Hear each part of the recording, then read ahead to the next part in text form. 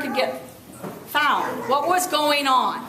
What happened that somebody got in a ship and ran into us? Because that's what they did. They didn't even know we were here. They thought they were going somewhere else. Well, what was happening where they were? Well, if you know that, that's much more important than 1492.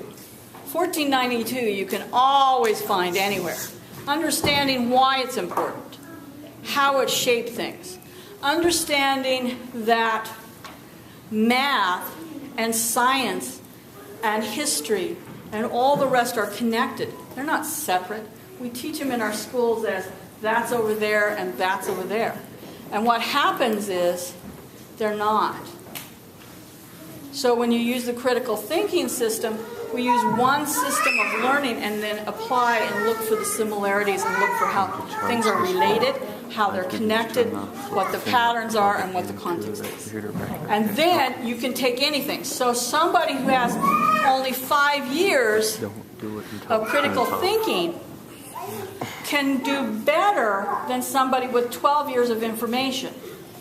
Because 12 years of information, they just know the information. 5 years, they know how to use the internet. They can find information. But they know why, how, and what to do with the information. You talk about like going, help Southern Sudanese here in the United States. What about the Southern Sudanese who are here in the United States and they have gone to school and they are having interest of going back to the Southern Sudan and be teachers? Are you doing anything for them? Oh, well, here's what we're planning. First of all, as we go, it'll get better and better, Anybody who's built any kind of business knows that you don't have the end results. Well, but it's a great question because it brings up something. In the lab school here in Richmond, we will have dormitories, okay? It'll be a part of the school, will be dormitories.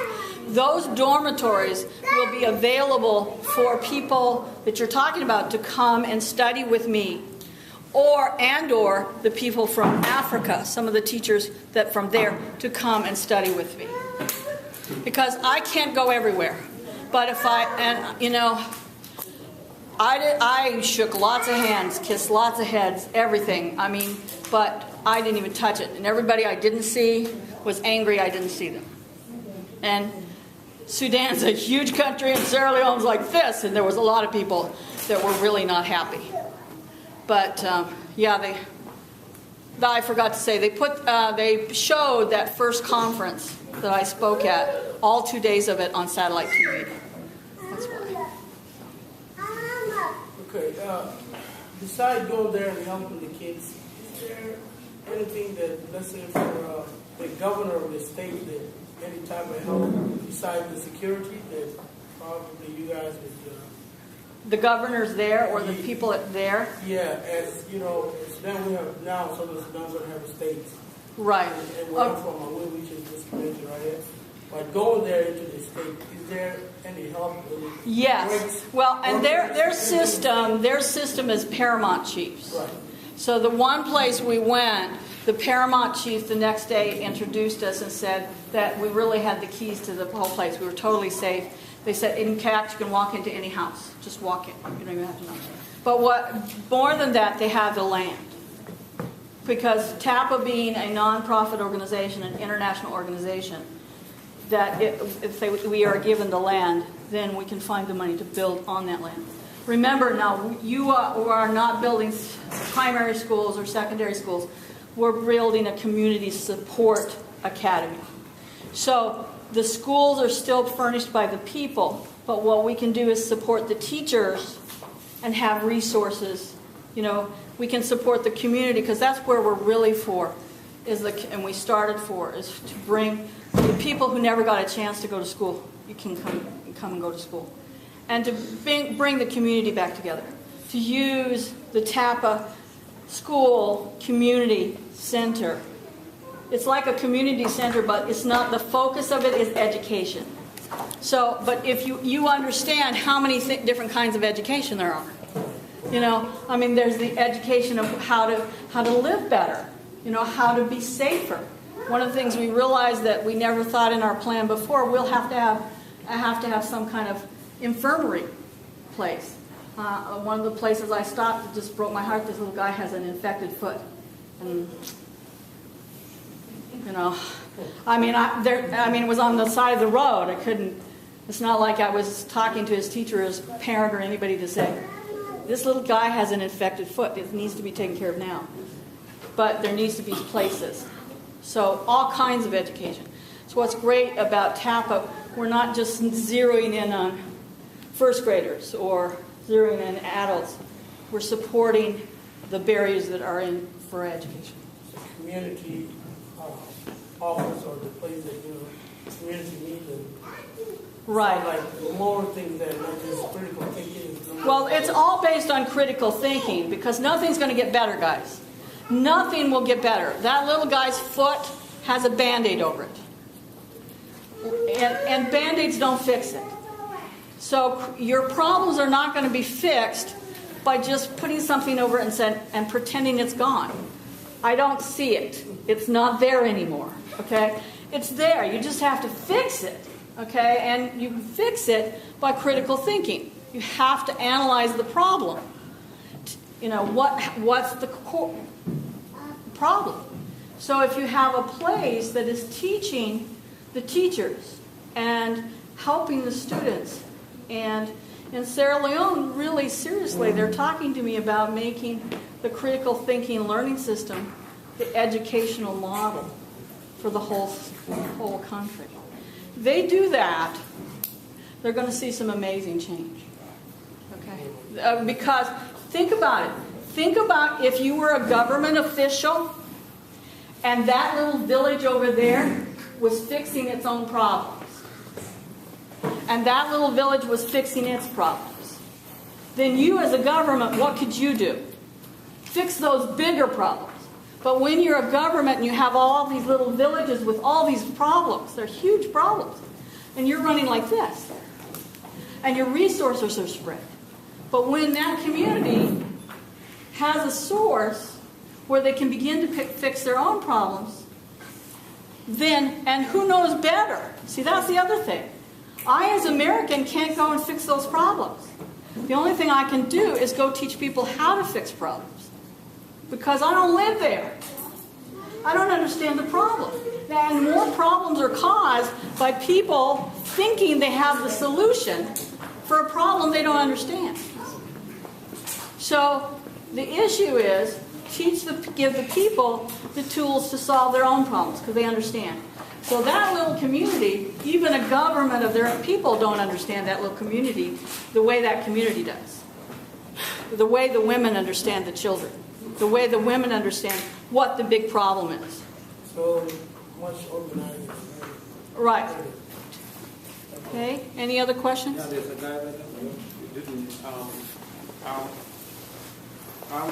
My question is maybe can generalize everything and thanks to T.A.P.A and you also as Prof what you have done to people of Africa generally.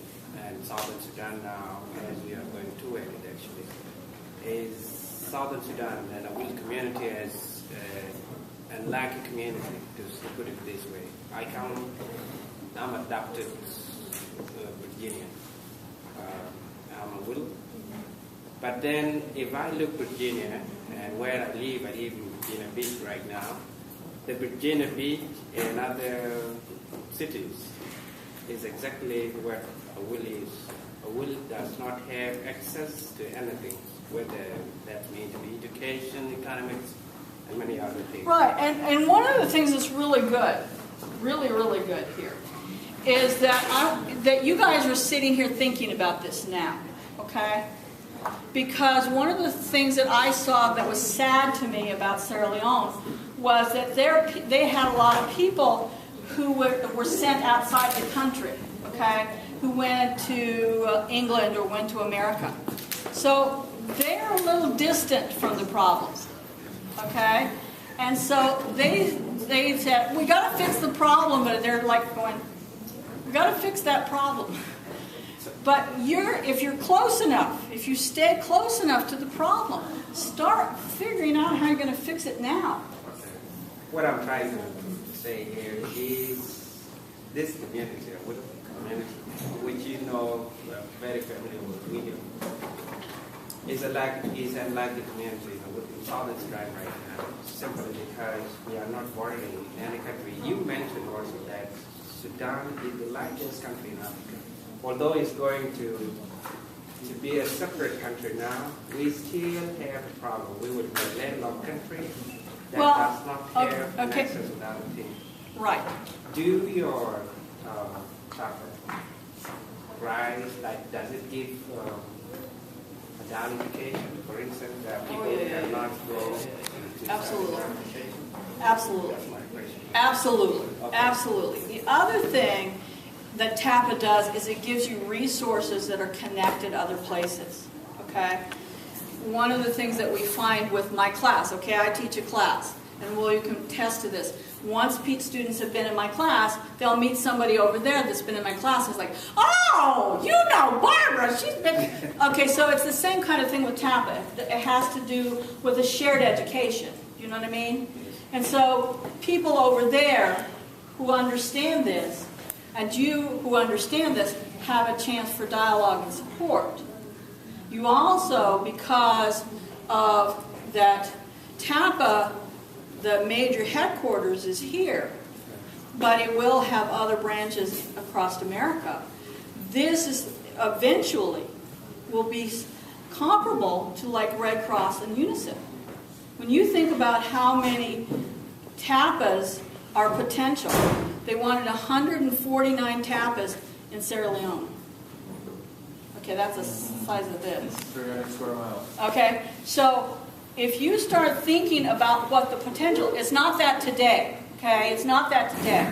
But if we don't start today and put deep, deep roots and think, what will we do if we had that?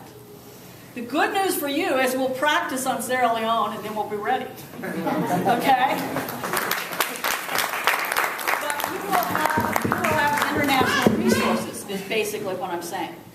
All right?